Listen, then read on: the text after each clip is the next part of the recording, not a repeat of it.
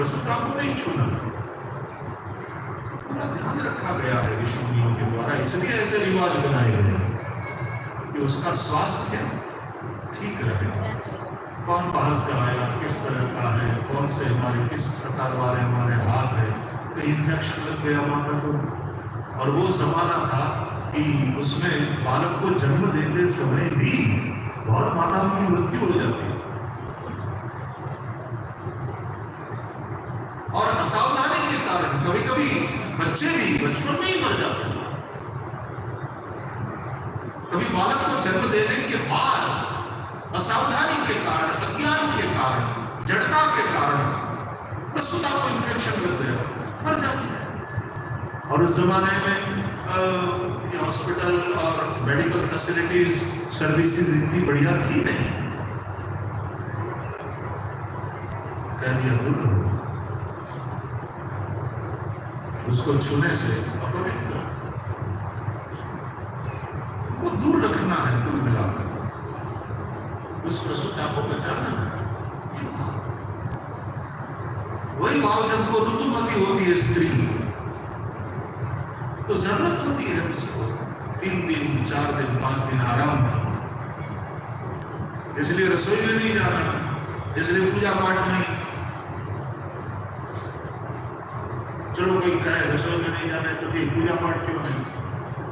क्योंकि वो समय ऐसा है कि उसका मूड बहुत स्विंग होता है ऋतुकाल में,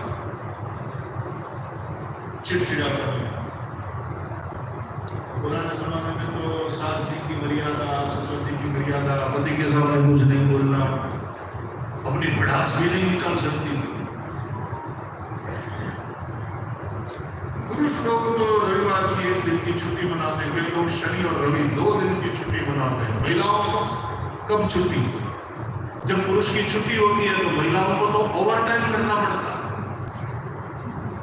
तो महिलाओं को, माताओं को, बहनों को भी आराम मिले, और वो उस समय में मिले। इसलिए सारे रिवाज, इसलिए सारे नीति नियम बनाए गए। लेकिन अनपढ़ समाज, तो वहां पाप और पुण्य की बात उसमें डाल दी गई। ये पवित्र हो जाते, पाप नहीं छूना चाहिए। लेकिन हमने उसका रिएक्शन ये हुआ कि वे उसको अपवित्र समझ लिया। हाइजीन की बात सुरक्षित रखा, तो बालक का भी जात कर्म संस्कार। और आप सब्जियां ले आते हो तो उसको फिर ठीक से धोते हो, धोने के बाद काटते हो, ऐसी जो चीजें हटाने योग्य है सब हटा देते हो, वो संस्कार ही है, सब्जी संस्कार। तब फिर उसको पकाओ।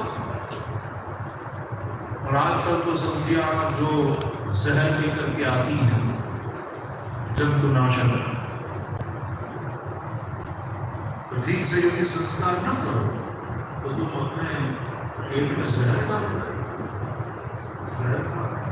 एक समय था कि हरी सब्जियां खाने के लिए और फल खाने के लिए डॉक्टर्स बहुत बोलते हैं और कहते हैं कि सावधान, इतना ज्यादा मात्रा में छिड़काव होता है जंतुनाशकों का,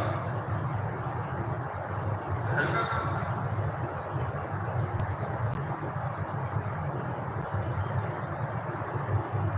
संस्कार, चावल को धो, इसको धो, इसको धो। गेहूं है, कंकड़ मंकड़ निकालो, साफ करो, संस्कार। तो बच्चे को साफ करके तो ले जाती है नर्स, लेकिन धार्मिक रूप से भी जात कर्म संस्कार हमारे यहाँ पर 16 संस्कार है। संस्कार से ही गर्भ की शुद्धि होती है, ऐसा शास्त्र होता है। भगवान का प्राकट्य हुआ, जात कर्म सबकी कारयामास विधिवत पितृदेवाचरण, तथा भागवत में भी भगवान का जो प्राकट्य हुआ, तो जात कर्म संस्कार हुआ।